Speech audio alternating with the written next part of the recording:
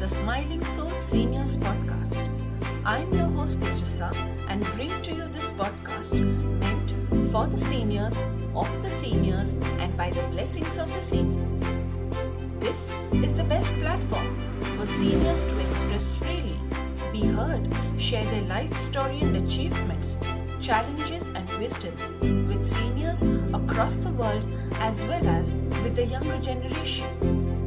हमारी आज की खास मेहमान है डॉक्टर सुप्ति खरे। डॉक्टर बनने से पहले घटी विलक्षण घटनाएं ये साबित करती है कि ब्रह्मांड हमारे लिए हमेशा कुछ न कुछ अच्छा ही सोच के रखता है।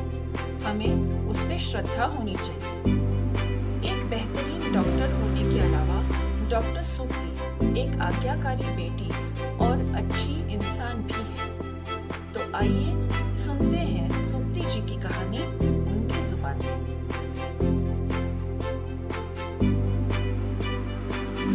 The smiling souls seniors podcast में सारे श्रोताओं और सारे दर्शकों का हार्दिक स्वागत है। हमारी आज की खास मेहमान है doctor Supti Khare. Welcome Supti ji. Thank you so much. It's an honour to have you on our platform. तो चलिए पॉडकास्ट की शुरुआत इस प्रश्न से करते हैं कि आप कहाँ से हैं, आपके बचपन के बारे में कुछ बताइए। Anything about yourself. मैं डॉक्टर सुप्ति खरे हूँ, जनरल सर्जन, प्रैक्टिसिंग इन राजस्थान, सीकर, उत्तर प्रदेश में गोंडा में मेरे बर्थ प्लेस है। और मेरे फादर रेलवेज में थे, तो ट्रांसफरेबल जॉब था, तो हम लोग बहुत जगह उत्तर प्रदेश में रहे। बरेली, चंदौसी, मुरादाबाद, लखनऊ, इन सब जगह मेरी स्कूलिंग हुई। बाद में मैंने MBBS गोरखपुर से किया और MS प्रयागराज से किया। बचपन की एक इवेंट तो क्या, एक कोरिलेशन बताती हूँ जी कि मेरी मदर मुझे बताती थी कि तुमको जब मैं बहुत छोटी थी तो तुमको एक बहुत सीरियस बीमारी हो गई थी, तो हम लोग को बहुत मुश्किल से हमने बचाया। तो फिर मैंने जब मैं बड़ी हो गई, MBBS किया, तब मुझे मालूम चला कि मेरी जो छोटी बहन थी वो मेरे से बस मैं 23 मार्च 1968 की हूँ, वो मई 1969 की है। तो एकदम सेकेंड बेबी तुरंत ही होने से क्या होता है कि फर्स्ट बेबी को प्रोटीन एनर्जी मैलन्यूट्रिशन हो जाता है और बहुत सीवियर मैलन्यूट्रिशन होता है और उसमें मतलब काफी बेबी सफर करता है। तो फिर मैंने जब मैं MBBS कर रही थी तब मैंने कोरिलेट किया कि मुझे ये हुआ होगा, क्योंकि मेरी सिस्टर जो है तो मेरे बिल्कुल जस्ट बाद में ही थी। तो ये एक एस्टैब्लिश फैक्ट है, जो हम लोग बोलते हैं ना कि कम से कम 3 इयर्स का गैप होना चाहिए दो बच्चों के बीच में। मतलब वो एक एंडोर्समेंट है उसका उसके लिए। That's a very nice learning, क्योंकि मेरा ख्याल है बहुत सारे पेरेंट्स को ये पता ही नहीं होगा कि ऐसा भी होता है और इस तरह की डेफिशिएंसी हुई है। तो चलिए, बहुत अच्छी बात हुई कि आपके माध्यम से इस बात का खुलासा हुआ। सो कैसा था आपका बचपन? आपके कितने भाई बहन थे? हम लोग we were 6, 4 sisters and 2 brothers. At this stage, I feel कि जितने ज्यादा ब्रदर सिस्टर्स हो उतना अच्छा है। कोई कभी किसी मूड में काम बोलता है, कभी किसी उसमें, और जब हम लोग इकट्ठा होते हैं तो इतना मजा आता है। और मतलब आपके पास बहुत सारी चीजें सोचने करने को रहती हैं। सिस्टर ब्रदर से आपकी अलग तरह की ट्यूनिंग होती है। तो हम लोग हमेशा जब रहे बचपन में, तो कोई ऐसा बहुत आपस में बहुत ज्यादा झगड़ा तो नहीं होता था। यूजर जो क्लैशेस होते हैं वो तो होते ही थे। और बचपन के इसमें तो यही कहना चाहूंगी कि मैंने अभी एक और मेडिटेशन उसमें पार्ट लिया था। तो उन लोगों ने बोला कि आप तो दो लोगों को ग्रुप बनाया उन्होंने, और उन्होंने मुझे बोला कि आप दोनों आपस में अपनी जो बचपन की चीजें शेयर कीजिए। ओके। तो जैसे ही मैंने उसको बोला कि मैंने शेयर करना शुरू किया कि मैं अपने घर में सबसे बड़ी थी, तो मैं बहुत जल्दी मुझे जिम्मेदारी लेनी पड़ी। मुझे होता था कि आप तुम सबसे बड़ी हो, तुम तो अपना चॉइस को दे सकती हो, ये छोटी है। फिर मुझे बहुत जल्दी जल्दी मुझे जो है बड़ा होना पड़ा। तो मेरा बचपन भी बहुत जल्दी बड़ा हो गया। तो मेरे सामने वाला था, उसने कहा कि ओ, मैं अपने घर में सबसे छोटा था और that was most negative thing. मुझे कोई कुछ सीरियसली नहीं लेता था। तो she was so much complaining about his कि वो एक घर में छोटा था। मैंने कहा whatever be, everybody is complaining, whatever be the position. Correct, क्योंकि जो बीच में होते हैं वो भी कहते हैं कि हाँ या तो सबसे ज्यादा महत्व सबसे बड़े को मिलता है या सबसे हाँ ज्यादा लाड़ प्यार छोटे को मिलता है, बीच वालों की कोई कदर नहीं है। हाँ, तो आई बिल्कुल। Guess at all stages there are pros and cons.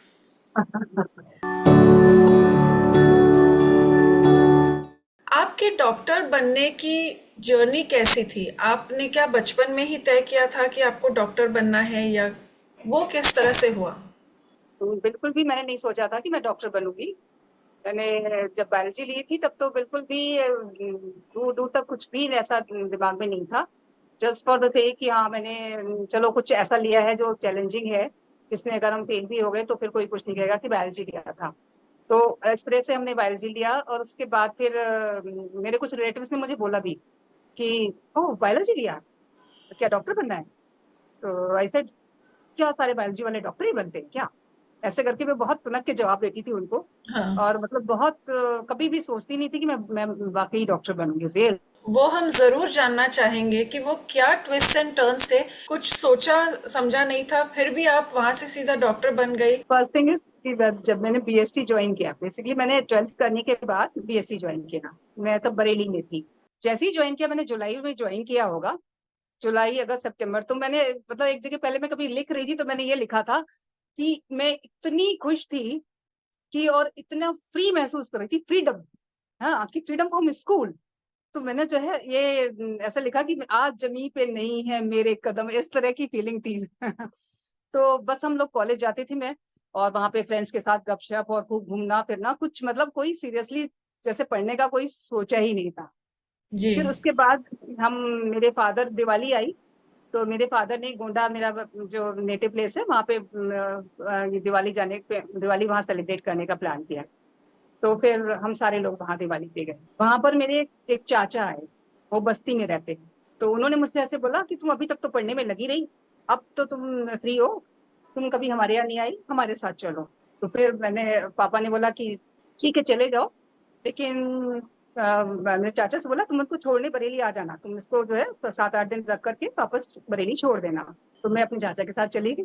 जब मैं वहां गई तो फिर तो चाचा आराम से ये खाओ ये पियो, यहाँ घूमो वो घूमो, खूब अपना करते रहे, और मुझे छोड़ने का सोच ही नहीं रहे।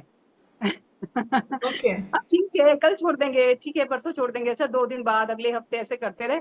फिर लास्ट में कहने लगे कि अरे यार छोड़ो वहां का, तुम यहीं पढ़ लो। ओके। यहाँ एडमिशन करा देते, यहाँ हो जाएगा सब कुछ, कोई बात नहीं, यहीं पढ़ लो। इस बीच वन थिंग, मतलब वहां पर पूरा नवंबर बीत गया, दिसंबर फर्स्ट वीक आया, तो वहां पर एग्जामिनेशन का, बीएससी पार्ट 1 एग्जामिनेशन का नोटिफिकेशन आ गया। अब मेरे फादर बरेली से दौड़े भागे आए मेरे पास, बस्ती की, मुझे लेके जाने के लिए। फिर मुझे लेकर गए। जब मैं वहां पहुंची तो बाप रे बाप, वहां तो सब कुछ मतलब एक तरह से सारे प्रैक्टिकल क्लासेस ओवरडू हो चुके थे। और मतलब वहां पर क्या कहूँ कि पूरा एग्जामिनेशन की, फाइनल एग्जामिनेशन की तैयारियां चल रही थी, मैंने बुक्स तक परचेज नहीं की थी। ओह। फिर जल्दी जल्दी जल्दी जल्दी मैंने बुक्स परचेज की, बहुत मतलब बहुत प्रॉब्लम्स, मतलब भागा दौड़ी, फिर ये पढ़ना, फिर वो टीचर से जाके अटेंडेंस की बात करना, फिर वो अटेंडेंस ले लेना। मतलब पापा ने मेरे कह दिया था कि you have to give exam, तो फिर मैंने एग्जाम दिया। मैं जब बॉटनी का एग्जाम दे रही थी तो मैंने कोई बहुत प्रैक्टिकल्स अटेंड नहीं किए थे, तो मुझे जब जो एक रूट दी गई थी मुझे कि वो उसको आपको आइडेंटिफाई करके उसके बारे में डिस्क्रिप्शन लिखना है। तो जब मेरे पास वो रूट आई तो मैंने देखा, तो मुझे तो समझ में नहीं आया। तो मैंने अपनी बगल वाली स्टूडेंट को ऐसे बस जस्ट देखा कि कुछ मुझे आइडिया दे दो। हाँ, तो उसने जस्ट अपनी तरफ से ऐसे करके सर मेरी तरफ घुमाया। जैसे ही उसने मेरी तरफ घुमाया, इन्विजिलेटर ने देख लिया उसको, और उसको लड़की को कॉल किया, कम हियर, और उसको गेट आउट, और उस लड़की को गेट आउट कर दिया। ओह। और मैं ऐसे खड़ी एकदम सन रह गई। मैंने कहा oh no, I am going to fail by all this, but this girl should not suffer, what should I do. और पता नहीं कहाँ से मुझे इतना करेज आया, इतना अंदर से ऐसी फीलिंग्स आई कि मैं वैसे के वैसे ही उठकर वापस उस इन्विजिलेटर के पास गई। Sir, she was not at all at mistake, उसने कुछ भी गलत नहीं किया है, मैंने ही उससे पूछा था इसलिए उसने मेरी तरफ सर किया है, मैं I am at fault, give me punishment not her. क्या बात है। तो वो जो इन्विजिलेटर है वो मेरे को देखता रह गया एकदम से। फिर उसने कहा गो टू योर सीट, उसने मुझे सीट पे भेजा और उस लड़की को भी बुला करके अ, अंदर बुला लिया। वो लड़की स्टेयरिंग करती हुई अंदर आई मेरे को। शी वाज नॉट नोइंग कि what I have done correct. Because she was outside the class. अब शायद ये चीज थी जो मुझे आगे बहुत सारे ट्विस्ट एंड टर्न करके इस तरफ यहाँ तक लाई है। लेकिन उस दिन जो जो मेरे से हो गया कि मैं कहूंगी कि कुछ डिवाइन इंटरवेंशन रहा होगा जरूर। कहाँ से मुझ में इतनी फीलिंग आई, कहाँ से मुझ में इतना करेज आया। शायद ये हुआ होगा कि आपने वो खुद की जिम्मेदारी उठाई, आपने गलती मान ली, and this was a very big sign of maturity. उसके बाद जब मेरे ये सब एग्जाम्स हो गए तो मेरा जो रिजल्ट आया उसमें मैं केमिस्ट्री में फेल थी, बॉटनी में पास हो गई थी। तो फिर मैंने सप्लीमेंट्री एग्जाम देना था उसमें मुझे। तो फिर इसी बीच मेरे फादर का ट्रांसफर हो गया बरेली से चंदौसी। तो हम लोग सब चंदौसी शिफ्ट हो गए। फिर सप्लीमेंट्री एग्जाम देने मुझे वापस बरेली आना पड़ा। इस बीच इतनी सारी शिफ्टिंग विफ्टिंग में बहुत सारा टाइम वेस्ट हुआ, बहुत सारी चीजें मतलब एकदम लाइफ वो हो जाती है डिस्टर्ब सी। सप्लीमेंट्री एग्जाम तो देना ही था। तो मैं वापस बरेली आई, मैंने सप्लीमेंट्री एग्जाम दिया। फिर यू वॉन्ट बिलीव कि मैं सप्लीमेंट्री में भी फेल हो ओह, बाप रे। फिर जब सप्लीमेंट्री में फेल हो गई तो फिर तो मुझे बीएससी पार्ट वन फिर से ज्वाइन करना था। तो फिर मैंने चंदौसी में बीएससी पार्ट वन कॉलेज में फिर से एडमिशन लिया। और इस बार मैं पूरी तरह से, इस समय भी मेरी फीलिंग्स कुछ इतनी अच्छी थी, मैं ये कहूंगी कि मैं डिप्रेस नहीं थी बिल्कुल। मैंने ये सोचा कि ओ नो, गॉड ने शायद भगवान ने मुझे इसलिए बोला है कि अब मैं बीएससी पार्ट वन बहुत अच्छे नंबर से क्लियर करूं। तो बीएससी पार्ट वन मेरे पेरेंट्स ने भी मेरा बहुत सपोर्ट किया। तो उन्होंने मुझे ट्यूशंस लगवा दिए सारे, क्योंकि थोड़ा डिले तो हो ही चुका था। सप्लीमेंट्री एग्जाम्स का रिजल्ट आने के बाद ज्वाइनिंग वाइनिंग में पूरी विगर से अपने लग गई कि मैं इस बार बहुत अच्छा करने वाली हूँ BSc part one. Hi fi तैयारी कर रही थी मैं, अगर आपको बताऊं कि मैंने शायद मैं टॉप ही कर जाती इस समय तो।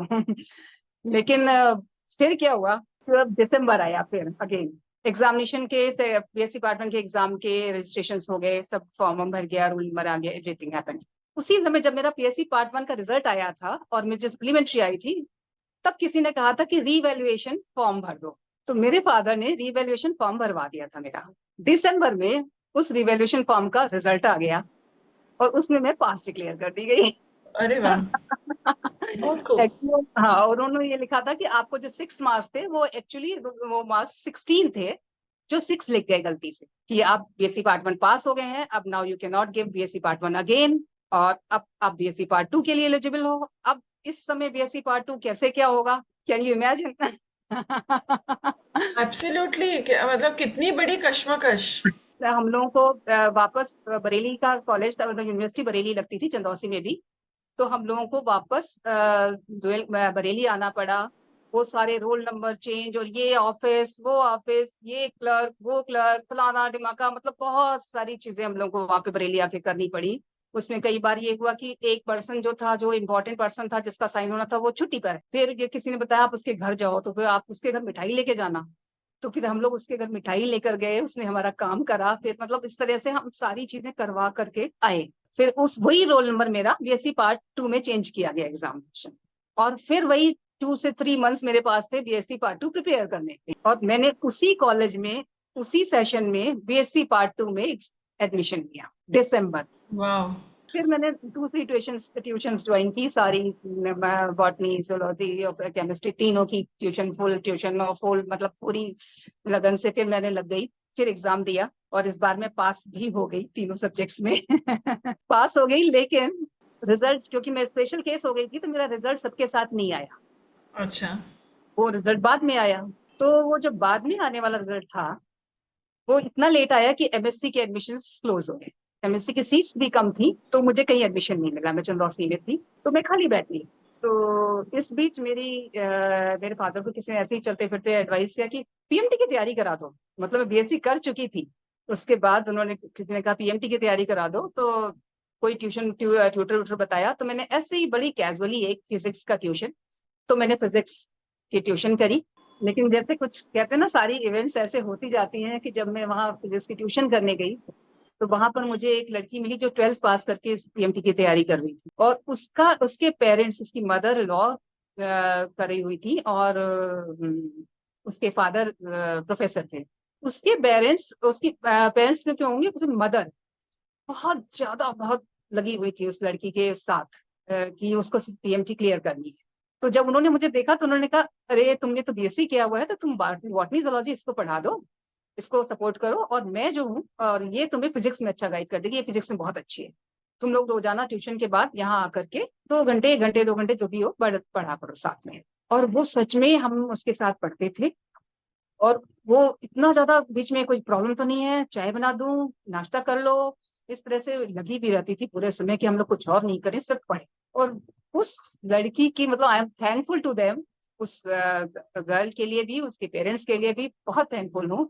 उसके बाद धीरे धीरे धीरे धीरे फिर तो हमने, मतलब ट्रैक पे आए कि हमें करना है कुछ। फिर उसके साथ हमने एक ट्यूशन ज्वाइन की, दूसरी ट्यूशन ज्वाइन की, फिर एक छोड़ दी, फिर दूसरी कर ली, इस तरह से खूब सारे एक्सपेरिमेंट किए। हम्म। फिर उसने कोचिंग कहा कि चलो मुरादाबाद चल के कोचिंग करते हैं, हमने उसके साथ मुरादाबाद जाके कोचिंग भी की। और इस तरह से फिर हमने एग्जाम दिया, और उसमें मेरा सिलेक्शन हो गया। उसका उस साल नहीं हुआ। ओहो, ये और हाँ, एक बात। हाँ। उस नेक्स्ट ईयर उसका हो गया, उसका बहुत अच्छे इंस्टीट्यूट में हुआ, क्योंकि रेडियंट तो थी ही वो। और फिर मैंने एमबीबीएस किया मुजफ्फर से। फिर वहां से बीआरडी मेडिकल कॉलेज से मैंने किया एमबीबीएस। फिर तो जैसे कि पढ़ना आ ही गया था, लगना आ करेक्ट। ही गया था, जानना सीखना, किसी चीज के पीछे लगना, ये सारी चीजें आ गई थी। पीजी के एंट्रेंस के लिए भी मैंने बहुत अच्छे से तैयारी की थी, और उसमें भी मेरा सिलेक्शन, मतलब उसमें भी मेरी अच्छी रैंक आई, तो मुझे एमएस जनरल सर्जरी मिल गई, और इस तरह से मैं सर्जन बन गई। क्या कहानी है, कहाँ से कहाँ तक। यूनिवर्स की कोई यूनिवर्स फर्स्ट करामत प्लानिंग, होगी कि बस आपको बनाना ही है डॉक्टर। बायोलॉजी। उस तरह से फेल पास ये सब होने के बाद ब्यूटीफुल।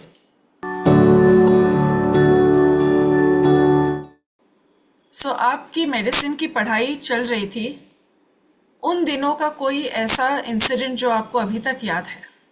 मैं जब एमबीबीएस कर रही थी तो मेरे जूनियर आए, और आप जानते होगे रैगिंग होती ही है मेडिकल में, तो अ, मैंने भी, मुझे भी, मेरी भी रैगिंग हुई थी, लेकिन बहुत हार्श नहीं थी। और हम लोग भी इतनी हार्श रैगिंग लेते नहीं थे, लेकिन वो एक जूनियर थोड़ी लेट आई, तो हम लोगों के पास टाइम काफी था, तो हम लोग उसको घेर के बैठ गए। और उसको, ये कहाँ से आए हो, क्यों इतना लेट आए हो, क्या क्या है, मतलब दुनिया भर की हमने उससे क्वेश्चंस करना शुरू कर दिया। सडनली हम लोग, जो नजर है उसकी हाथ पे गई, और उसके हाथ में एक अंगूठी थी, और उस पे लिखा था WD/WF। तो हम लोगों ने जैसे ही उसको देखा, हम लोगों ने कहा, अच्छा अच्छा, तुम एंगेज हो, तुम कोई तुम्हारा कोई अफेयर चल रहा है, ये तुम्हारे हस्बैंड का, फियांसी का इनिशियल्स हैं, और क्या है, बताओ बताओ बताओ, कहाँ है वो फियांसी, क्या क्या क्या क्या वो डॉग, वो भी मेडिकल में, इस तरह से हम लोगों ने जबरदस्त उसको मॉकिंग करना शुरू कर दिया। और उसने थोड़ी देर में ही रोना शुरू कर दिया। और रोते रोते उसने बताया कि, हम लोगों ने जैसे कहा कि ये क्या है, तो उसने कहा, ये मेरे फादर ने मुझे गिफ्ट की थी, और इसका मतलब है वर्दी डॉटर ऑफ वर्दी फादर। और उसका वाह। ये कहना था कि हम लोग एकदम साइलेंट हो गए, और बिल्कुल कुछ बोल ही नहीं पाए उसके बाद। वो एब्सोल्युटली। मुझे हमेशा याद रहता है, वो अभी भी मुझे ऐसा लगता है, मुझे रोंगटे खड़े हो जाते हैं वो बताते हुए, कि वो सीन मैंने कैसे, मतलब जिया है। बिल्कुल बिल्कुल। तो आपकी डॉक्टरी पेशे की कोई ऐसी घटना, कोई इंसिडेंट जो आपको याद हो, where you have impacted somebody's life and you felt very good about it? जैसे प्रोफेशनल प्रैक्टिस की बात करूं, तो उसमें ये कि पेशेंट का एटीट्यूड बहुत मैटर करता है। करेक्ट। डॉक्टर्स तो अपना मेडिकल ट्रीटमेंट देते हैं, एक फिजिकल सी चीजें करते हैं, समझ लो, है ना। लेकिन जो बॉडी के अंदर का जो नर्वस सिस्टम होता है, बॉडी के अंदर का जो रिस्पॉन्स होता है, दैट मैटर्स अ लॉट। मेरा एक सर्जरी का पेशेंट था, तो मैंने उसको, गॉल ब्लैडर स्टोन की सर्जरी थी, ओपन सर्जरी किया। तो उसमें कहीं, मतलब एक दूसरे सेटअप में जाकर किया, जहाँ पे बहुत सारी चीजें, इतना लाइटिंग, बहुत सारी चीजें प्रॉपर नहीं थी। अब मैं कहूँ कि अब मैं कुछ गलत थी, कुछ भी हो सकता है, लेकिन उस पेशेंट को प्रॉब्लम हुई इस सर्जरी के बाद। तो वो वहां से उन लोगों ने मेरे पास भेज दिया कि मैडम, इस पेशेंट को पेट में दर्द हो रहा है और बहुत प्रॉब्लम हो रही है, तो आप इसको देखो। तो वो मेरे पास आया। मैंने देखा उसका पेट बहुत ज्यादा सूजा हुआ था, और फिर मैंने उसको बोला मैं वापस लेप्रोस्कोप से आपको चेक करती हूँ कि अंदर क्या प्रॉब्लम हुई है आपको। तो अंदर मैंने देखा कि उसको बहुत, हम लोग बोलते हैं बाइल उसे, तो बाइल एक प्रोडक्ट, बाइल एक लिवर से निकलता है जो बायो इंटेस्टाइन जूस। में जाता है। हाँ, बाइल जूसेस, तो वो बाइल जूसेस उसके डक्ट में रहते हैं, वो उसके पूरे एब्डोमेन में भरे हुआ था। मतलब दिस डिनोट्स कि आपने कोई डक्ट इंजरी की है ड्यूरिंग सर्जरी, और वो इंजरी इसकी वजह से वो बाइल पूरा उसके पेट में फैल गया है। तो मैंने उसको फिर यहाँ से वो उस समय यहाँ पे बहुत एडवांस फैसिलिटीज अवेलेबल नहीं थी, तो मैंने यहाँ से उसको जयपुर भेजा, जयपुर नियर बाय एरिया है यहाँ पर। तो जयपुर में डॉक्टर को भेजा कि इसकी एंडोस्कोपी, जो एक ऊपर से एंडोस्कोपी करके ईआरसीपी की जांच होती है, वो करने को भेजा।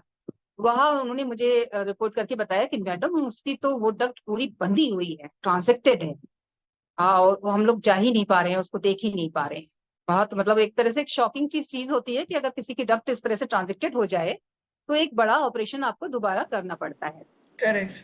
बोले अभी तो वो हो भी नहीं सकता, कोई प्रोसीजर अभी हो नहीं सकता, क्योंकि अभी बहुत ज्यादा अंदर एडिमा है, स्वेलिंग है, गंदगी है। तो इसको एक बार रोकना पड़ेगा, एडमिशन करना करके रखना पड़ेगा। तो उस पेशेंट का मेरे पास फोन आया कि मैडम वो एडमिशन के लिए बोल रहे हैं। तो मैंने कहा हाँ, तुम 2-3 दिन के लिए वहां एडमिट हो जाओ। तो उस पेशेंट ने मुझसे कहा मैं वहां एडमिट नहीं होऊंगा, मैं आपके पास ही आके एडमिट होऊंगा। मैंने कहा ठीक है, आ जाओ, एडमिशन ही तो करना है, मैं कर लेती हूँ। उसको मैंने बोला, अब आ गया वो मेरे पास। मैंने उसे एडमिट किया, और उस दूरबीन से लेप्रोस्कोप डाल के मैंने उसको एक पाइप डाल दी पेट में, जिससे कि गंदगी अंदर इकट्ठा नहीं हो, पाइप से बाहर आती रहे। उसको हम करेक्ट। लोग हाँ ड्रेन बोलते हैं, ट्यूब ड्रेन हमने वो डाल दी। और उसके बाद वो फिर 3-4 दिन रही हमारे पास, उसके बाद वो घर चली। फिर मैंने 5-7 दिन बाद बुलाया, वो आई, लेकिन वो इस बीच उसने, पेशेंट ने एक बार भी मुझसे नहीं कहा कि मैडम आपने क्या कर दिया। मैडम मैं तो ठीक हूँ, मैडम मैं तो ठीक हूँ, एकदम ठीक हूँ। Always she kept saying like this, मैं बिल्कुल ठीक हूँ। और मैं उसकी जब बेड पे जाती थी राउंड के लिए, तो मैं अक्सर देखती थी कि मतलब मेरे चेहरे पे एक चिंता जैसी कुछ रहता था कि इसको अब कैसा रहे, क्या होगा इसका। और वो मुझसे कहती थी मैडम आप चिंता नहीं करो, मैं बिल्कुल ठीक हूँ। उसको फिर मैंने 7 डेज के लिए घर भेज दिया। फिर वो आई अब नेक्स्ट टाइम, तो फिर मैंने उसको कुछ एंटीबायोटिक्स दे करके, ड्रेन बोली मेरी पाइप निकाल दो, पूरी पाइप निकाल दो। मैंने कहा नहीं, पाइप अभी तुम लगे रहने दो। इस तरह से मैंने पूरा 1 मंथ उसको पाइप के साथ निकाला। एक दिन वो आई, मैडम पाइप अपने आप निकल गई। और मैं तो एकदम ऐसा हुआ कि अब क्या होगा। मैंने कहा चलो अच्छा ऐसा करो, तुम सोनोग्राफी करा के आओ। ओके। तो सोनोग्राफी कराने गई, और वहां पर सोनोग्राफी वाले ने एकदम नॉर्मल रिपोर्ट दी, एवरीथिंग नॉर्मल। क्या बात है। तो मैंने, मुझे बिल्कुल विश्वास नहीं हुआ कि ये व्हाट अ तो, मिरेकल। हाँ। फिर मैंने उसको वापस फोन किया सोनोग्राफी वाले का, मैंने कहा सी अगेन, इसकी ऐसी ऐसी स्टोरी है, ऐसा ऐसा हुआ था, और इसकी डक्ट ट्रांजेक्टेड थी, तो वहां पे तो डायलिटेशन मिलना चाहिए, और इस तरह का चीजें मिलनी चाहिए। उसने फिर देखा बहुत, मैडम आई एम 100% श्योर इसकी सीबीडी एकदम, जो डक्ट का नाम है उसका सीबीडी बोलते हैं। तो बोले इसकी सीबीडी एकदम ठीक है, नथिंग, कुछ कटी नहीं है, कहीं से कुछ भी नहीं आ रहा, एकदम नॉर्मल सीबीडी है मैडम, और अंदर पेट में एब्डोमेन में उसका कोई कलेक्शन भी नहीं है। मुझे बिल्कुल विश्वास तो नहीं हुआ, लेकिन फिर भी मैंने उसको 7 डेज का कॉशन दे करके कि तुम्हें अभी कोई भी दिक्कत हो तो तुरंत मुझे दिखाना। उसके बाद वो 7 डेज बाद आई, बिल्कुल हंसती खेलती, कुछ भी नहीं है मुझे मैडम, एकदम ठीक हूँ मैं। अब मुझे आने की भी जरूरत नहीं है ना, बताओ मुझे आने की जरूरत है कि नहीं है। मैंने अगेन सोनोग्राफी कराई, again the same finding was there, कोई कॉम्प्लिकेशन नहीं, सीबीडी वाज एब्सोल्युटली ओके। ये सच में ऐसा वाकया है कि हर कोई इससे इंस्पिरेशन ले। तो मतलब आपका अपना जो पर्सनल पर्सपेक्टिव होता है ना, that matters a lot in every field. Very true, very true. So as a doctor, as a medical practitioner, आपको अन्य सीनियर्स को क्या मैसेज देना है? सीनियर्स को बस लाइफ को बहुत इजीली लेना है, बहुत सीरियस नहीं होना है, क्योंकि आप सीरियस इस लाइफ के इस पार्ट में आपको बहुत सीरियस होने के लिए कुछ बचा नहीं। तो जितना लाइफ को आप सेरीन तरीके से, बॉडी को थोड़ा सा मतलब ऐसे वर्किंग कंडीशन में बनाए रखने के लिए जो भी चीजें एफर्ट्स हैं, जिससे कि आप कहीं आना जाना कर सको, इस तरह से आप अपनी बॉडी को बनाए रखो कि आप किसी जगह बैठ मत जाओ, बस आपको बी मोबाइल। बहुत खूब। आपको यंगर कपल्स या यंगर जनरेशन्स के लिए आपका क्या मैसेज होगा? कई बार मुझे बड़ा अजीब सी लगता है कि ये इतनी कॉमन सी चीज, इतनी एविडेंट सी चीज लोगों को मालूम नहीं होती है कि हमारी जो बॉडी है वो हम लोगों को एक स्लीप नाम की चीज, नींद नाम की चीज गिफ्टेड है। अपनी जो बॉडी इवॉल्व हुई, जैसे 1 सेल अमीबा था, उसके बाद 2 सेल, 3 सेल, फिर और बड़े तरह से एक इवोल्यूशन हुआ है। तो जो ह्यूमन का जो इवोल्यूशन जहां तक पहुंचा है वो एक सारी चीजें जो हुई वो किसकी गवाही में हुई? तो वो है सन, सूरज। जी। And earth is there, and earth पे एवोल्यूशन चल रहा है, and sun is watching, not only watching, sun is guiding, sun is making everything. तो किसी भी रीजन में जहां आप रहते हो, जहां आप बॉर्न हुए हो, उस रीजन में जहां भी आप हो, वहां के डे एंड नाइट, तो स्लीप जो है अकॉर्डिंग टू सन, मतलब sun is there, till sun is there you have to wake up, और sun is gone you have to sleep. Just because of this, मतलब आपको जब ये स्लीप इसीलिए है कि आपको सन के अकॉर्डिंग चलना है। तो जो हम लोगों ने ये कर लिया है ना कि नाइट में और नाइट जग रहे हैं, और मतलब डे को नाइट बना रहे हैं, नाइट को डे बना रहे हैं, ये एब्सोल्युटली मतलब नॉन बायोलॉजिकल। जो हमारे जो बॉडी के सारे हार्मोन्स हैं, बॉडी का सारा मेंटेनेंस वर्क वो नाइट में ही होता है। डे में भी आपकी बॉडी, आप अपने हाथ से हाथ उठा के इसका काम कर रहे हो, दिमाग से कुछ किसी को कुछ कोई रिएक्शन दे रहे हो, मुंह से कुछ बोल रहे हो, आंखों से कुछ देख रहे हो, तो पूरे समय डे टाइम में, वेकिंग टाइम में आप अपनी बॉडी को किसी ना किसी काम में लगाए हो।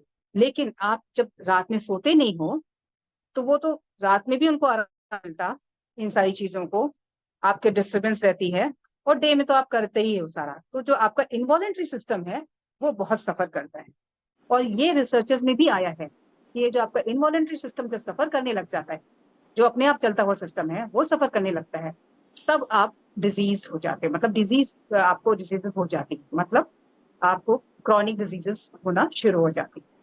तो मेडिटेशन क्या है? मेडिटेशन सिर्फ ये है कि आप वॉलेंटरली अपने इनवॉलेंट्री सिस्टम को डिस्टर्ब नहीं करो, बस बैठ जाओगे तो इनवॉलेंट्री सिस्टम जो बॉडी के अंदर का है वो इतना रिलैक्स फील करता है और इतना रिजुविनेटेड फील करता है इस चीज से कि वो जो भी कोई डिजीज प्रोसेस शुरू होती है ना, तो उसको भी वहीं पर हॉल्टिंग कर देता है उसकी।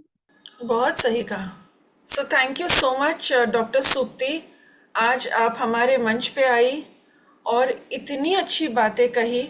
और इस पॉडकास्ट से हम ये सीखते हैं, सबसे पहली बात तो follow the universe, universe has a plan for you, trust. आप अपना काम कीजिए but trust the universe that it will take the right decision for you. Definitely. आपने जो सीनियर्स के लिए कहा है टू चलते फिरते रहना चाहिए, और यंगर जनरेशन के लिए कहा है don't play with your body, sleep on time, wake on time. So thank you so much, Dr. Supti. It was wonderful speaking to you, and we look forward to many, many more such words of wisdom from you. बहुत बहुत शुक्रिया। ये थी सुप्ति जी की कहानी, उनकी जुबानी। दुनिया भर के सारे श्रोताओं और दर्शकों को हमारा दिल से धन्यवाद। कहानी पसंद आई तो इस एपिसोड को और हमारे चैनल को लाइक करिए, शेयर करिए, सब्सक्राइब करिए और इंतजार करिए हमारे अगले सीनियर सेलिब्रिटी का, जिनको आप देखेंगे और सुनेंगे सिर्फ the smiling soul seniors podcast channel पर। धन्यवाद।